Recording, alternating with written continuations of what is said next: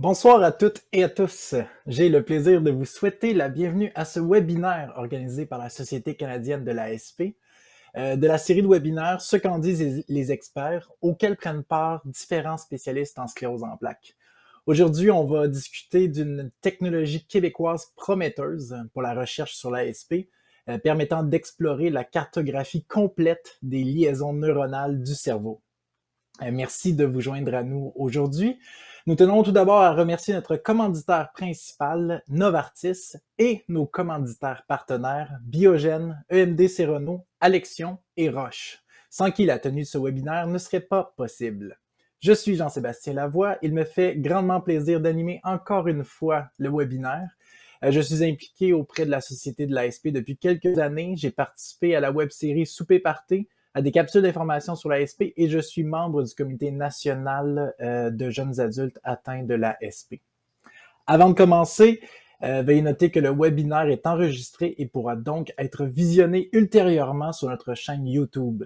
Vous recevrez un courriel avec le lien vers l'enregistrement lorsqu'il sera disponible.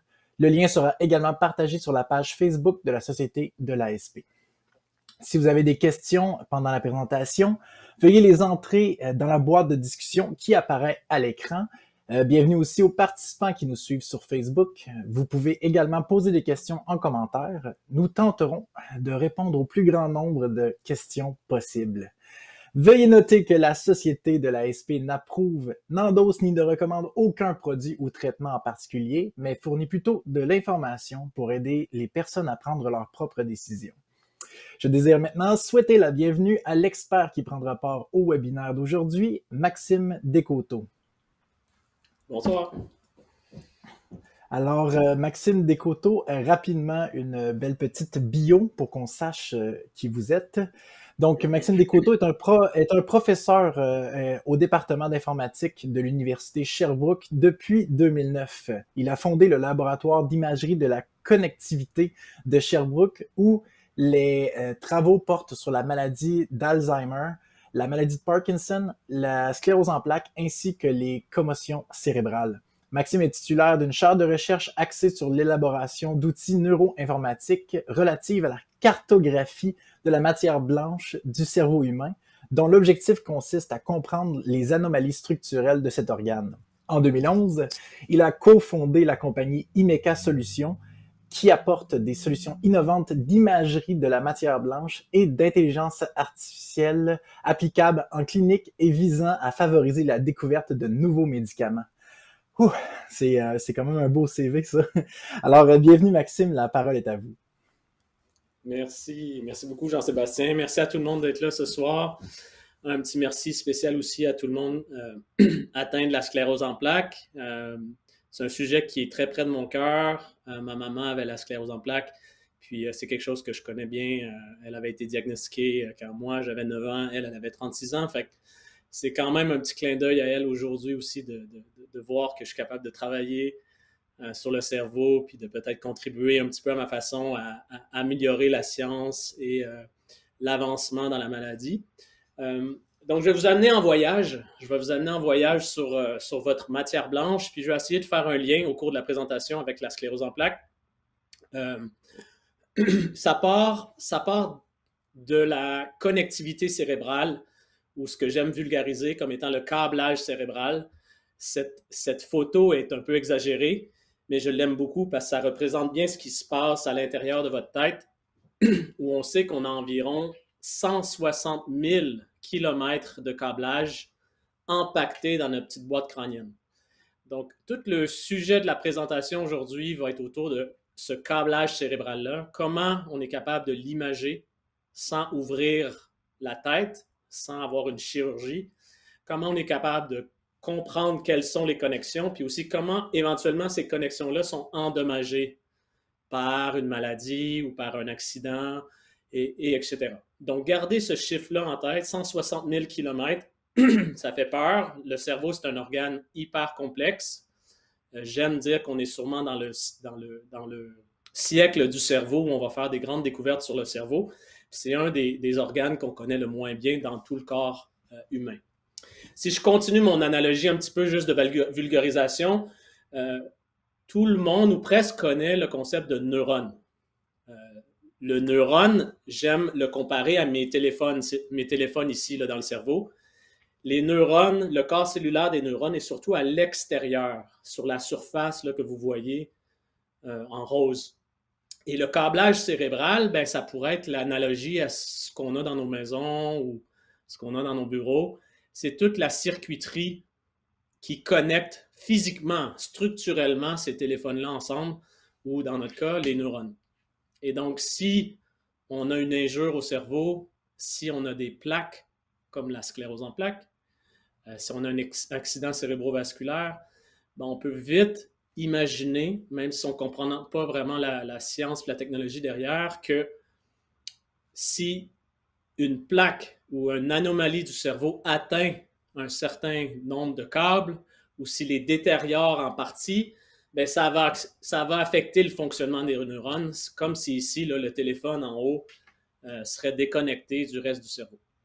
Donc, gardez aussi toute cette image-là en tête parce que ça va vous aider à comprendre les concepts un petit peu plus compliqués tout à l'heure.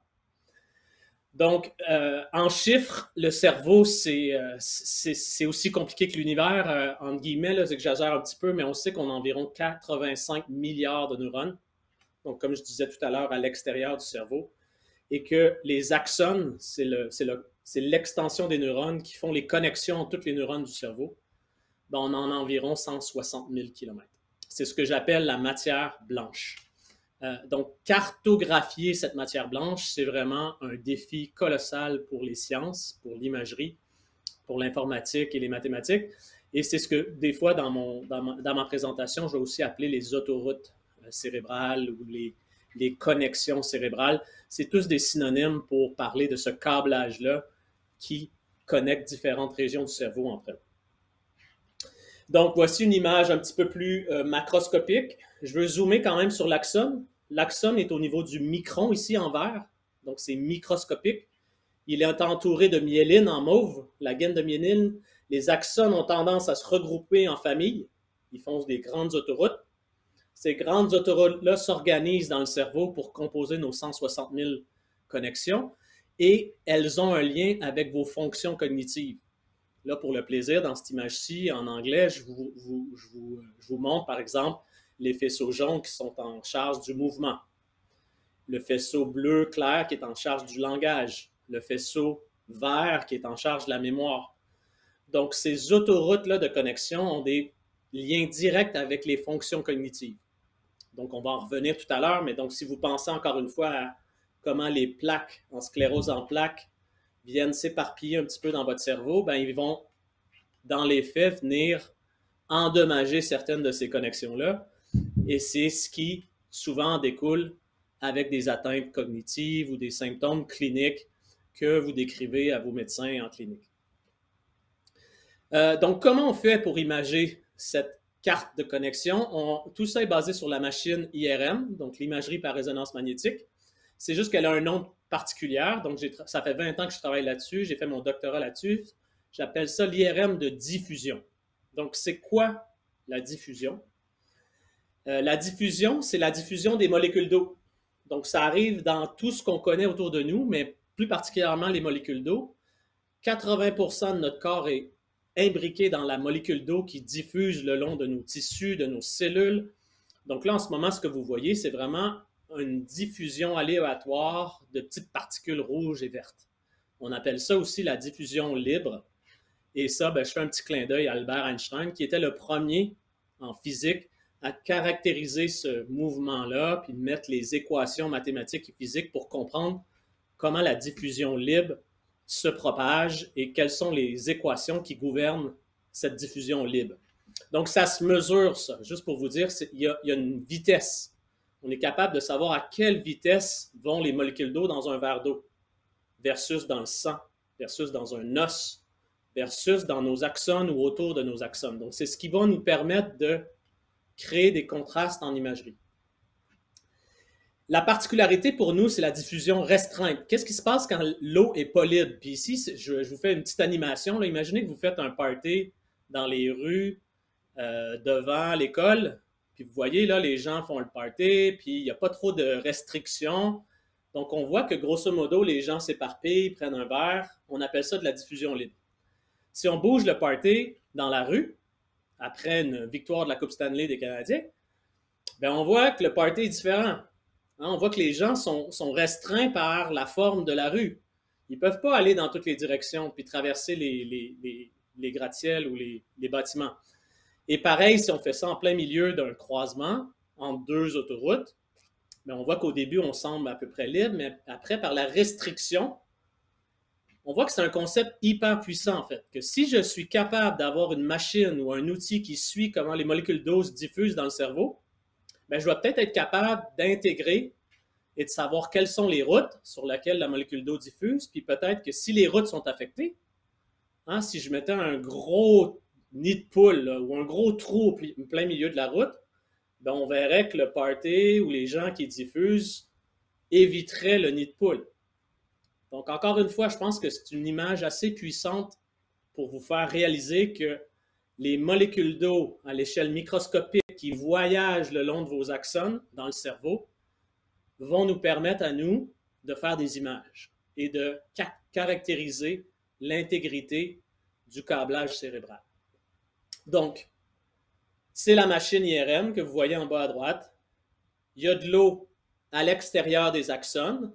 Ça, c'est mes autoroutes. Il y a de l'eau à l'intérieur des axones, des cellules.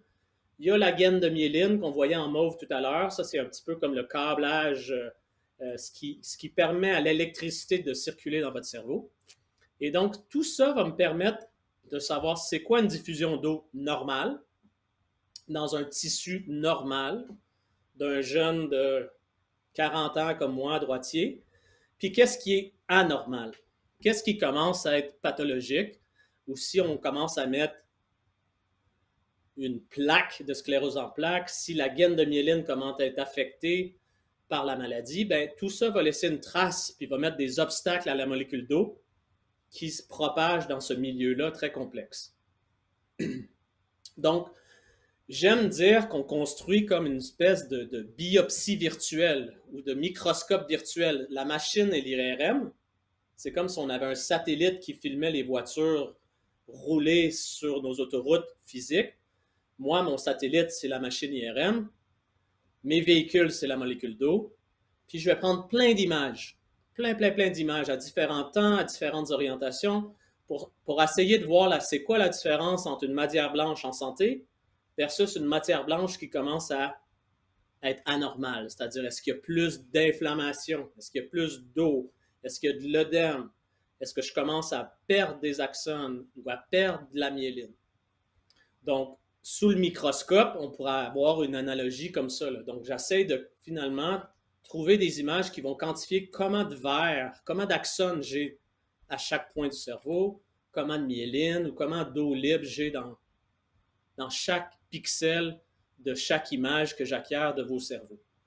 Donc, c'est assez flyé, c'est le plus vulgarisé que je peux essayer d'être. Il y a beaucoup d'équations et de maths, physique, informatique derrière. Je pense que ça peut vous donner une petite idée de comment on est capable d'avoir des marqueurs maintenant de la santé de vos axones, la santé de votre myéline, puis potentiellement des marqueurs qui montrent comment on a de l'inflammation dans le cerveau. C'est très dur le cerveau, on ne voit rien. C'est pas comme se faire un bleu quand on se cogne la jambe. On se fait un bleu, puis on voit un bleu, puis là, on voit comment l'œdème se résorbe. Dans le cerveau, on ne voit rien. Et donc, on ne sait pas trop comment que le cerveau fait pour se libérer de l'inflammation qui peut éventuellement devenir comme chronique et après ça, désintégrer les axones. Donc, la technologie est basée sur l'IRM, on l'a déjà dit. J'ai une compagnie qui essaie de commercialiser ça puis d'amener ça plus vite au marché clinique. Mais grosso modo, on est capable de faire des cartes qui quantifient combien on a d'eau libre dans chaque point du cerveau, quelle est l'eau attrapée dans la myéline ou l'eau attrapée dans les axones pour non seulement retrouver toutes les connexions, donc les 160 000 km de câblage cérébral, mais aussi, pas juste ça, essayer de savoir sont où les nids de poules, sont où les anomalies, sont où les endroits où on commence à perdre de la myéline ou avoir de l'inflammation ou perdre des axones. Et donc, pour revenir à notre image et notre vidéo, Si on commence à avoir des anomalies ou des plaques de la matière blanche ou des lésions, c'est ce qui mène à nos maladies neurodégénératives. Donc ici, on voit une animation de zoomer à l'échelle de l'axone. Ça, c'est une matière blanche en santé. Mais si on commence à avoir des attaques, on voit ici le mauve, là, la gaine de myéline est en train de se détériorer, se granulariser. Ça peut mener à la mort axonale. On voit des axones verts là, devenir plus sombres et éventuellement la mort neuronale. Donc ces câblages-là ou ces nids de poules-là que vous voyez là en noir et en rouge, ça endommage notre câblage cérébral. Donc c'est important de développer une technologie qui peut trouver où ça se passe, déjà où sont ces anomalies, sur quel câble, est-ce que ça va affecter ma vision, ma mémoire, ma marche, mes mouvements, et ensuite essayer d'amener cette technologie-là vers les pharmaceutiques, vers la clinique pour développer le médicament de demain qui devrait être capable de venir remyéliniser ou réparer l'axone endommagé. Je veux quand même introduire un mot-clé qui s'appelle le connectome humain. C'est une autre façon. Le connectome, c'est la carte de toutes les connexions de votre cerveau. Donc, c'est comme si je connaissais les 160 000 km de vos axones et donc le chemin exact en toutes les paires de régions de neurones que connectent ces connexions de ces axones. Donc, c'est un nouveau mot, le connectome. Ça ressemble à ça. C'est vraiment une carte de toutes les connexions de votre cerveau. Puis juste pour le plaisir, je me suis amusé là, à aller chercher sur Facebook ou sur Google une carte de Facebook sur la planète Terre. Donc ici, vous voyez tous les liens. Je pense que c'était en 2018 ici, en tous les utilisateurs de Facebook. Donc vous pouvez tout de suite imaginer comment c'est puissant d'avoir cette carte, de pouvoir trouver les réseaux du cerveau et finalement d'avoir des outils qui peuvent comprendre, décoder et imager le connectome humain. Donc, il y avait eu un super article dans Le Devoir. Là, il commence à être un peu vieux, mais la journaliste à l'époque avait choisi un titre que j'adore. C'est « Après le génome ». Tout le monde connaît le génome. Hein, le génome humain qui était vraiment le Graal des scientifiques dans les années 70, 80.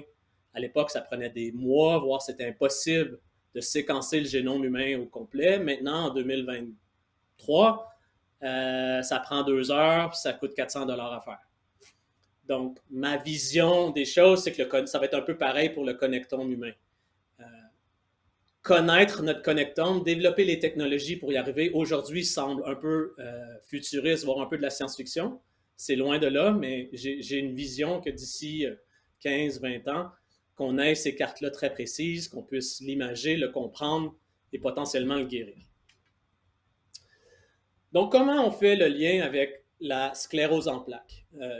J'ai essayé de le faire un petit peu à l'oral là, tout au long de mes diapos, mais là, je vais zoomer encore un petit peu. Bon, la sclérose en plaques, le mot le dit bien, hein, sclérose en plaques, il y a des plaques. Pour ceux qui n'ont pas l'habitude de voir des images, là, ici, c'est une coupe tranchée à travers, là, ici, qu'on appelle une coupe transversale ou axiale. Et toutes les taches blanches que vous voyez dans les images, là, ici, c'est des plaques. C'est des plaques de sclérose en plaques. Vous voyez que dans ce cas-ci, c'est un cas où il y a énormément de plaques. Et le conondrum classique en clinique, c'est que malheureusement, il n'y a pas de lien direct entre le nombre de plaques ou l'étendue des plaques puis les symptômes cliniques. Pour moi, ça me paraît assez évident. C'est qu'il y a certaines plaques qui sont plus dangereuses pour le cerveau que d'autres. C'est-à-dire qu'ils doivent déconnecter ou affecter le connectome différemment. L'analogie à ça, c'est si vous pensez à... C'est un peu fou comme analogie, là, mais imaginez le circuit de connexion d'avion de la carte de l'Amérique du Nord. Donc, vous imaginez bien, là, on le voit tous, là, quand on prend l'avion et on ouvre le pamphlet, on voit que comment Air Canada connecte le Canada, les États-Unis et l'Europe.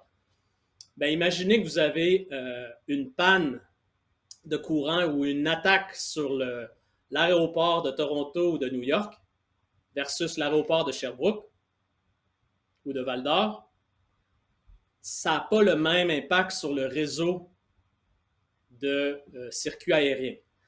Donc, c'est un peu comme ça que je vois ça aussi. Chaque lésion aussi ou chaque plaque de sclérose en plaques a un effet sur le connectome complètement différent.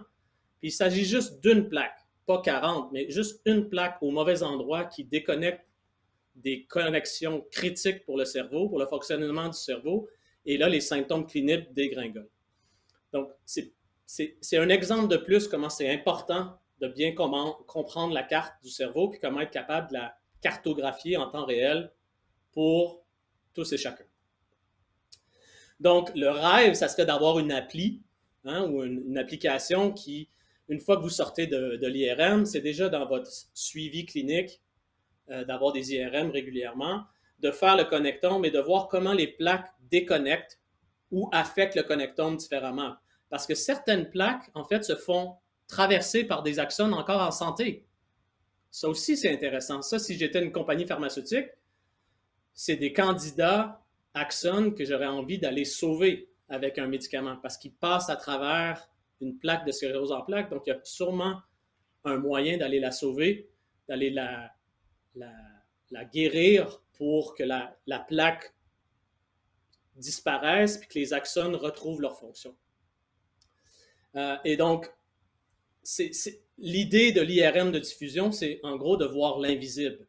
C'est d'être capable de voir au-delà des plaques de sclérose en plaques. C'est de voir où est-ce que la matière blanche et le câblage est supposément normal parce qu'il n'y a pas de plaque, mais en fait, qui commence à être anormal pour voir qu'est-ce qui prédit l'apparition des plaques, qu'est-ce qui prédit la détérioration clinique pour essayer d'influencer le développement du médicament de demain. Donc là, c'est ma diapo un petit peu la plus compliquée de la présentation, mais imaginez là, que là, j'ai mis en évidence là, une connexion importante de votre cerveau entre le lobe frontal de votre cerveau puis le lobe occipital où il y a la vision.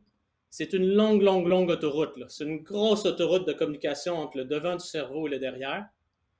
On voit en rouge que ce faisceau-là, de câblage-là, traverse certaines zones rouges. Là. Ça, c'est des plaques. Il y a quand même des axones qui sont encore présents. Donc, est-ce qu'ils sont en santé? Est-ce qu'ils sont endommagés? C'est là que, non seulement, premièrement, on trouve la connexion, donc on fait la cartographie, on identifie la connexion, puis après ça, on va voir qu'est-ce qui est normal ou anormal. Et là, c'est ce que vous voyez dans ces planches-là. Vous voyez pour chaque petit graphe, ici en mauve, c'est la myéline, en bleu, c'est l'eau libre, donc un signe d'inflammation, puis en vert, c'est les axones. Et donc, on voit en moyenne chez des patients normaux de la même âge à quoi devrait ressembler leur myéline, leur eau libre et leurs axones. Puis là, on voit que dans la section ici 2, là, à travers les plaques, il y a clairement un signe d'inflammation et de début de perte de myéline. Donc, c'est ce que je parlais tout à l'heure de mon biopsie virtuelle, de mon microscope virtuel, parce que je n'ai pas besoin d'ouvrir la tête du patient. Je n'ai pas besoin de faire rien d'invasif, d'aller extraire des tissus puis de faire une biopsie de façon complètement non invasive, juste en regardant comme la molécule d'eau traverse la connexion et est affectée par les différentes structures. Je suis capable de faire une prédiction que les axones sont en santé parce que le vert est plutôt normal. Il y a plus d'eau libre, donc il y a un signe d'augmentation d'eau libre qui est souvent relié à la neuroinflammation et il y a moins de myéline. Donc, ça serait l'endroit idéal pour aller tester un médicament, par exemple, de remyélinisation ou un médicament anti-inflammatoire.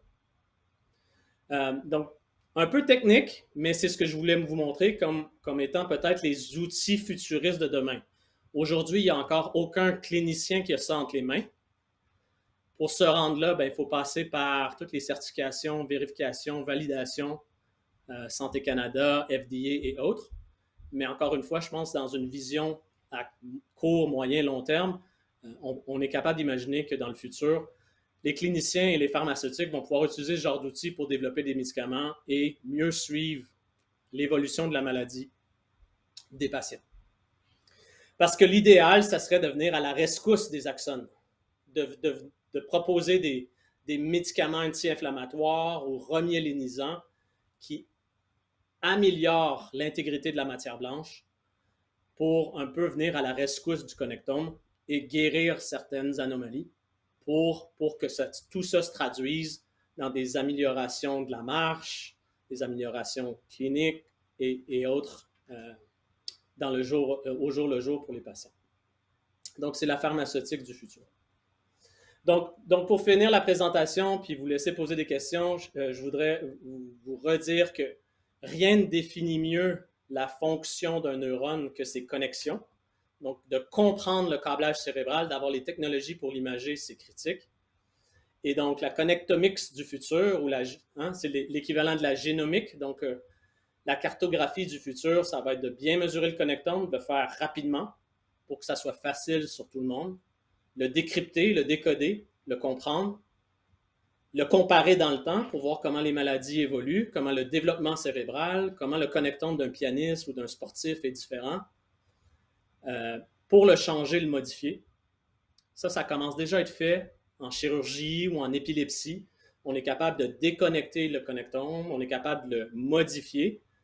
C'est souvent des techniques très, très, très invasives, mais je pense que pour les maladies de type neurodégénérative, les commotions cérébrales, les accidents cérébrovasculaires, c'est le genre de technologie qui va être centrale à toute la médecine de demain. Et éventuellement, le guérir, le connectome.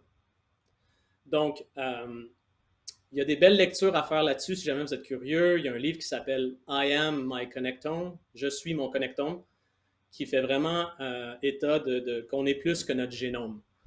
Que notre génome participe beaucoup à où sont nos neurones en début de vie, mais comment notre connectome se développe par notre éducation, notre environnement, notre alimentation, notre activité physique, tout ce qui nous entoure, ben, votre connectome, juste depuis 30 minutes, là, a changé juste en m'écoutant.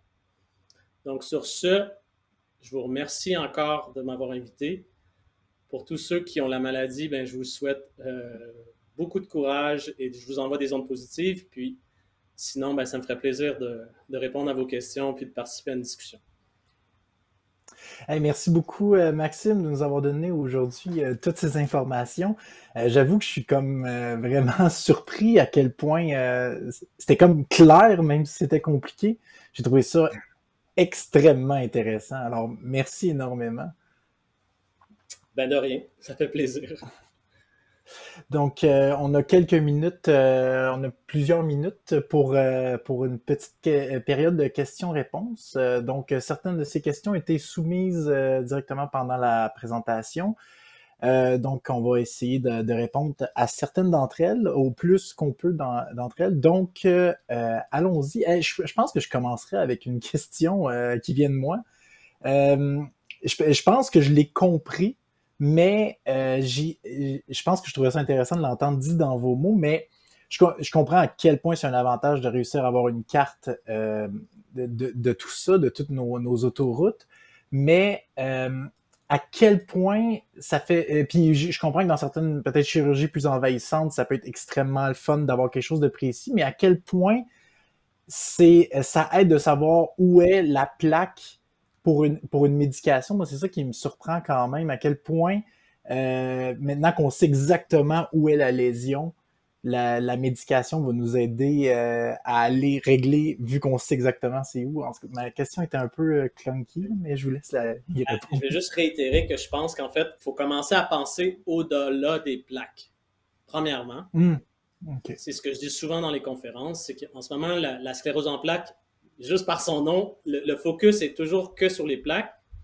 Puis souvent, malheureusement, dans certaines plaques, vous le voyez chez le médecin, il est trop tard, en guillemets. Ce que les médecins, ce qui intéresse le plus les médecins, c'est où sont les nouvelles plaques, quelles plaques évoluent. Pour les patients qui sont dans la salle, des fois, vous avez un scan de gadolinium, là. Ben, il sert à quoi ce scan-là? Il sert à voir quelles plaques sont actives.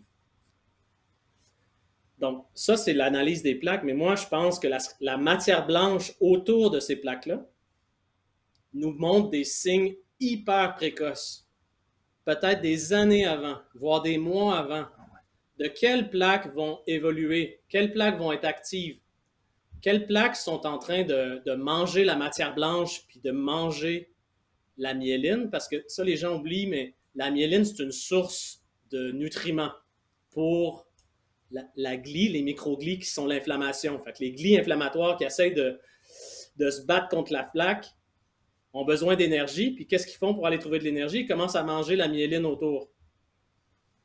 Donc, Donc, je pense que ça, on le voit en diffusion avant de le voir dans les IRM classiques.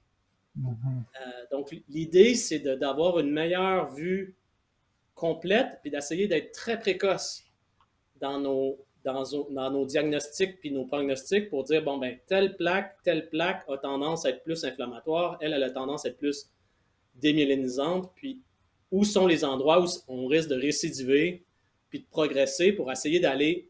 Parce que la médication aujourd'hui est très bonne à stopper les plaques, à stopper l'évolution des plaques. Donc, je pense que ça va juste amener plus d'informations aux cliniciens pour prendre des meilleures décisions sur quelle plaque devrait être mieux contrôlée, en fait. Puis qu'est-ce qui se passe dans la matière blanche en dehors des plaques? Oui, ben, ça reste très clair, étonnamment, mais oui, je pense que toutes les métaphores, tout ça, ils fonctionnent super bien. Merci, je vais y aller avec la prochaine question. Donc, des plaques millimétriques peuvent-elles déranger le cerveau s'ils sont placés au niveau frontal? Oui, mais peut-être de façon moins évidente sur vos fonctions cognitives. On sait que le lobe frontal est plutôt en charge de toutes les fonctions cognitives complexes. Qu'est-ce que ça veut dire, ce complexe? C'est souvent au-delà des fonctions primaires, style moteur, vision, mémoire, langage.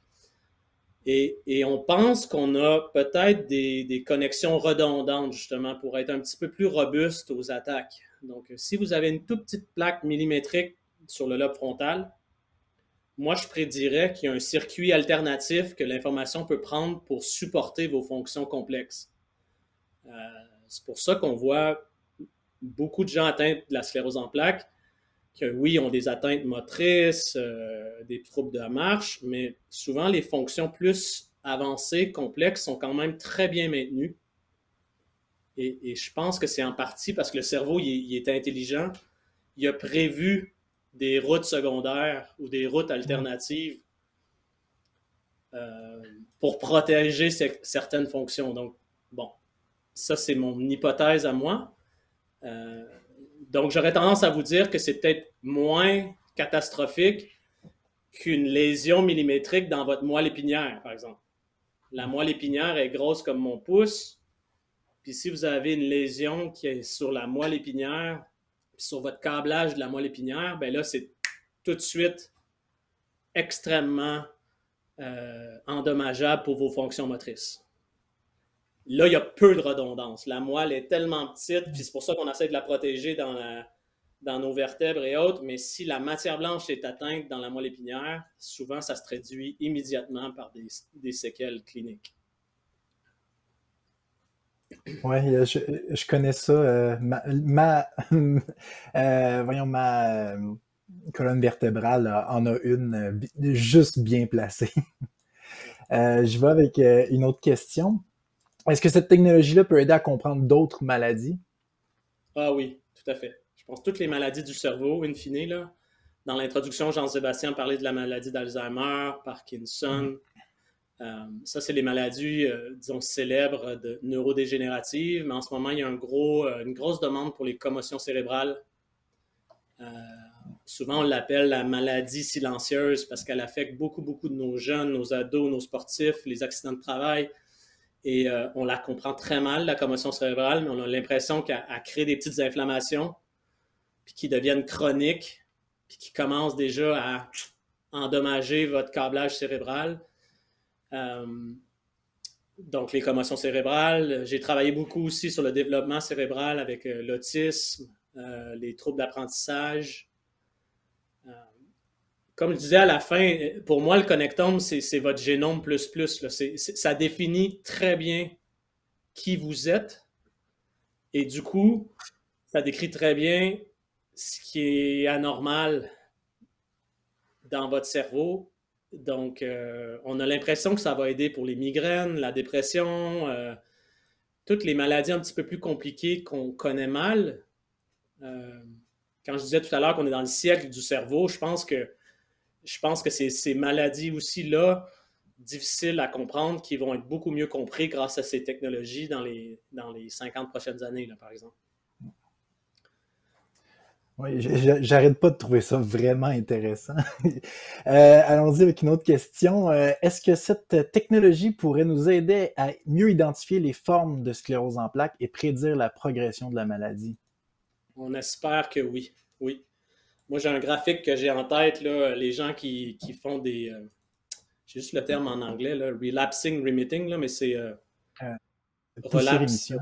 Ah, Ouais, poussée rémission. Donc, quand vous avez des poussées, rémission, c'est comme une espèce de montagne russe d'inflammation, de retour à la normale, d'inflammation, retour à la normale. Puis quand est-ce que c'est trop tard? Puis là, ça se bascule vers la maladie plus progressive, secondaire, primaire, secondaire.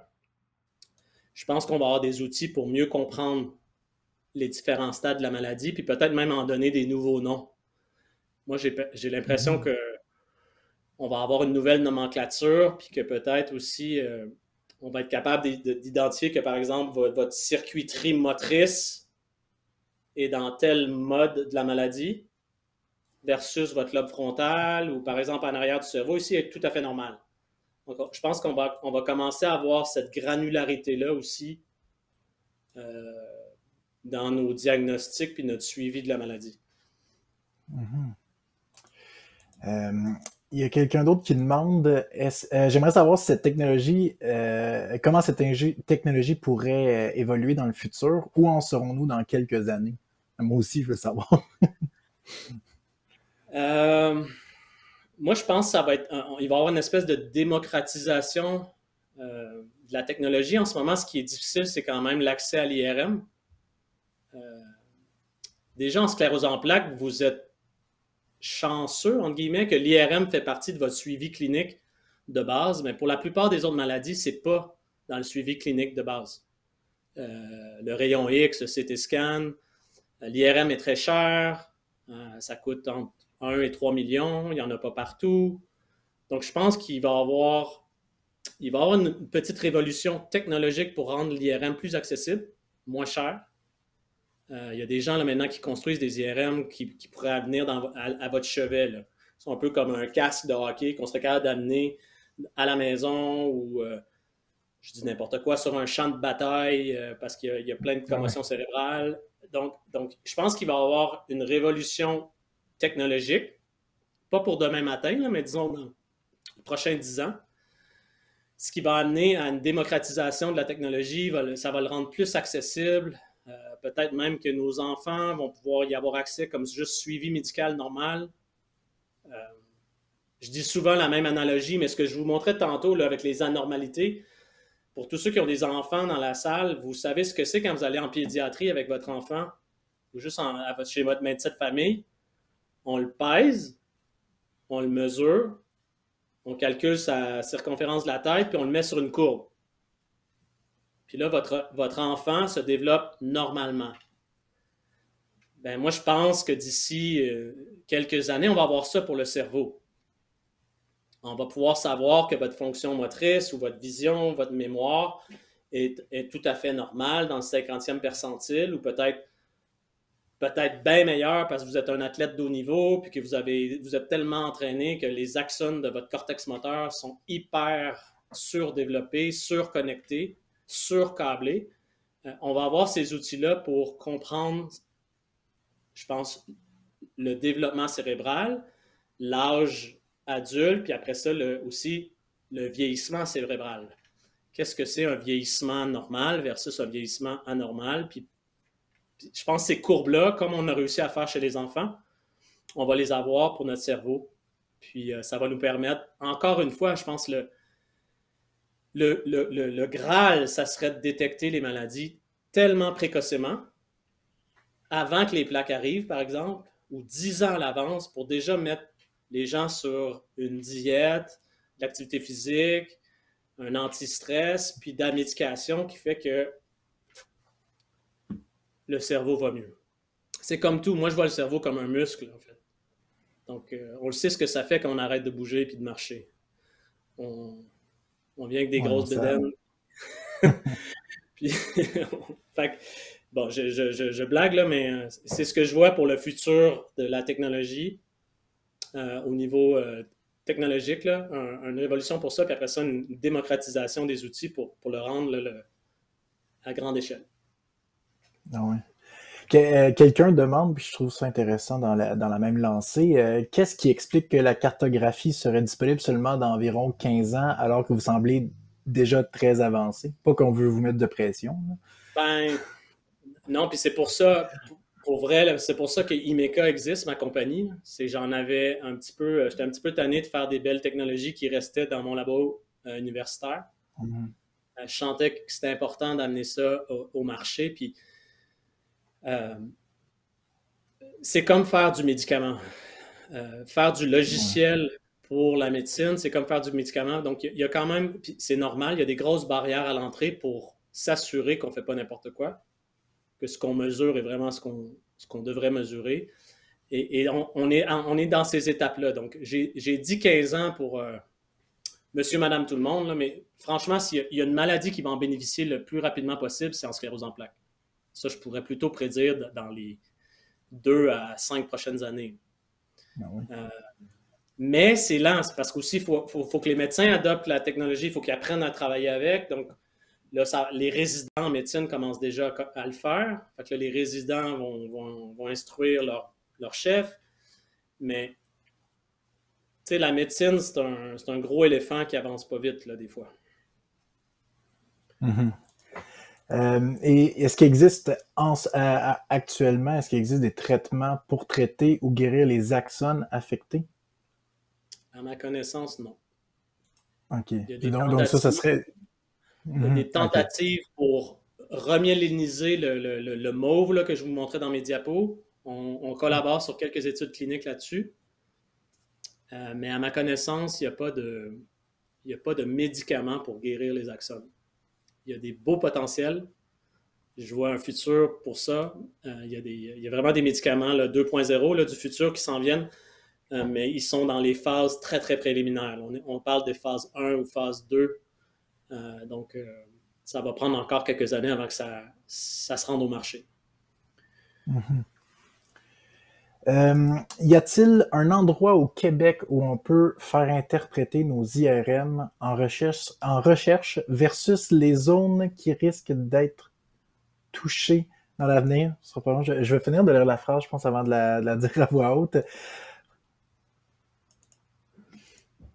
Ah, non, c'est ça. Y a-t-il un moyen de faire interpréter nos IRM comme par des chercheurs pour pouvoir savoir d'avance qu'est-ce qui peut être touché dans l'avenir? Donc, juste avec des IRM, puis en allant comme faire quelque chose d'exceptionnel. Au jour d'aujourd'hui, non, je dirais non. Mais comme j'ai écrit aux collègues là, de l'association SP, il y a le meilleur conseil que je peux donner aux gens dans la salle, c'est de participer aux études de recherche. Là. Souvent, vous êtes pris aux petits oignons, vous êtes suivis. Moi, dans mon cas, même, je vous envoie des images de votre connectome, je vous montre comment ça évolue. Vous faites partie de publications scientifiques.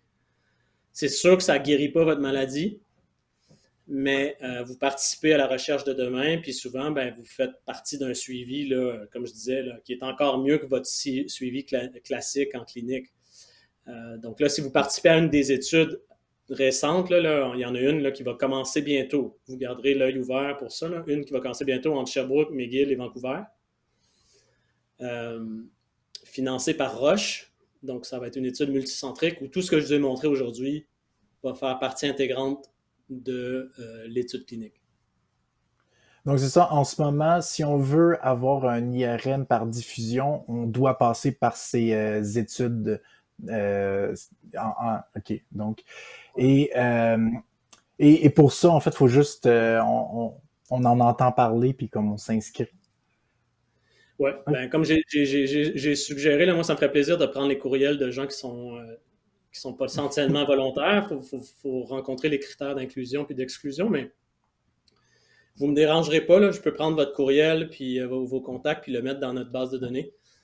Euh, donc, oui, avec plaisir. C'est un conseil que je vous donne. Sinon,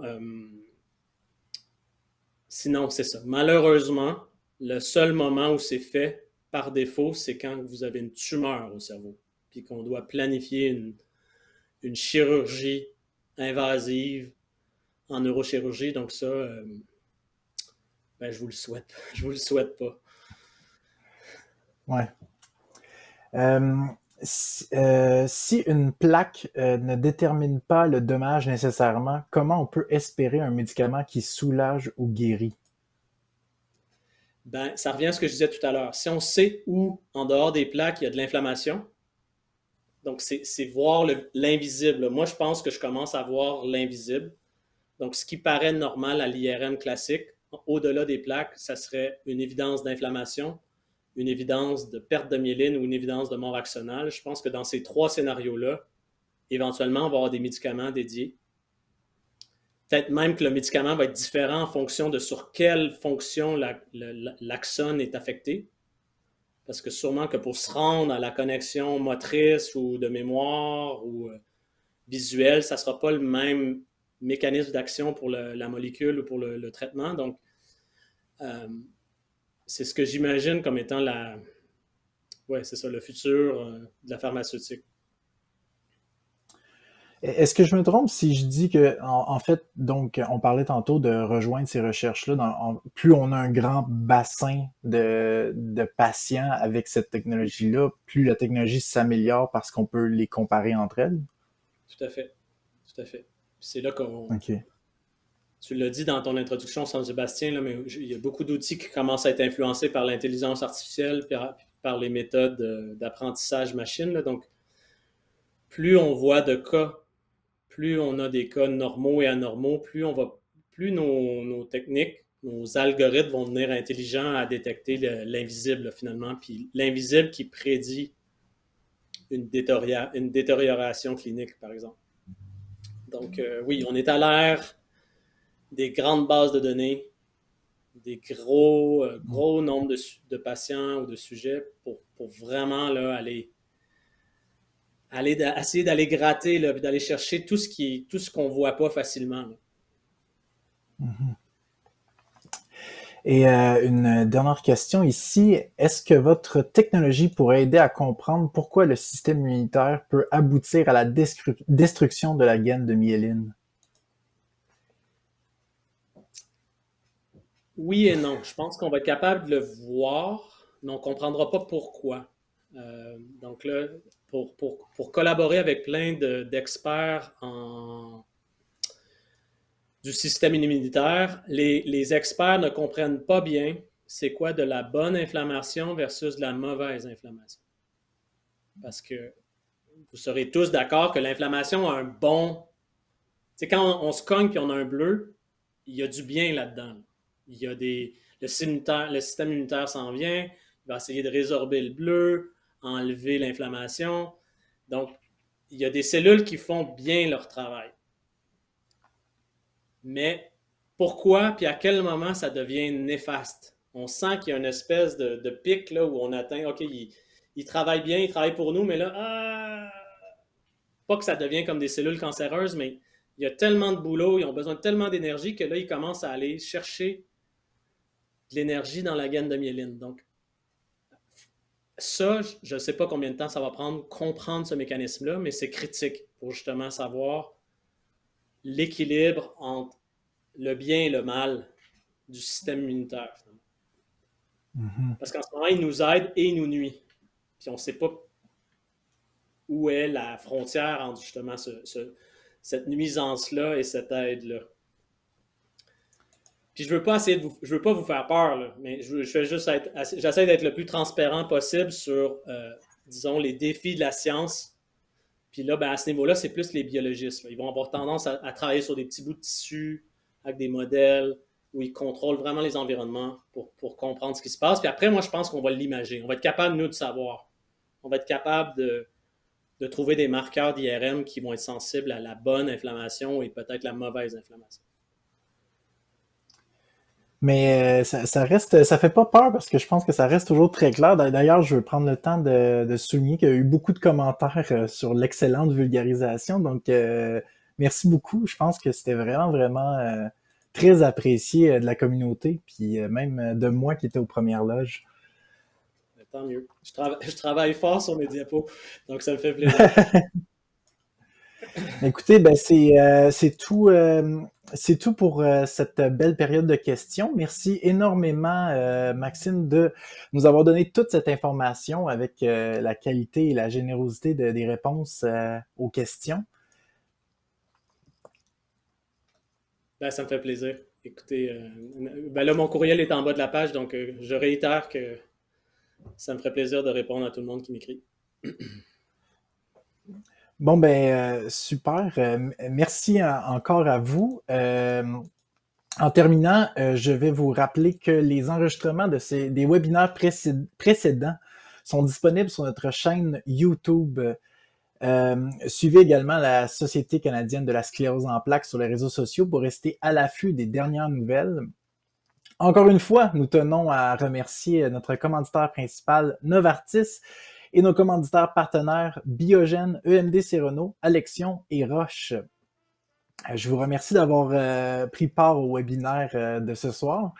On vous entend pas très fort en studio quand je parle tout seul devant mon écran, mais on sentait beaucoup ce soir que vous étiez là, puis ça me fait tellement plaisir de sentir cette bel effet de communauté-là. Donc, merci encore d'avoir été avec nous ce soir. Et moi, je vous dis à la prochaine fois. Salut!